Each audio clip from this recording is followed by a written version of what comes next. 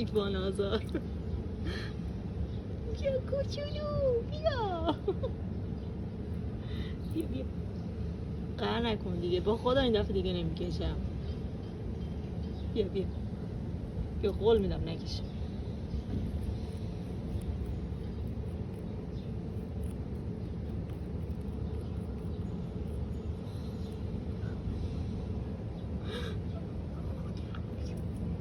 بیا آخرشه. بیا دیگه. بیا قهر نکن کوچولو. پوست کردی چلا؟ موقع غذا خوردن دهنشو چون خیلی باز میکنه دوست نداری کسی ببیندش. مگه نه من با ادبم. بیا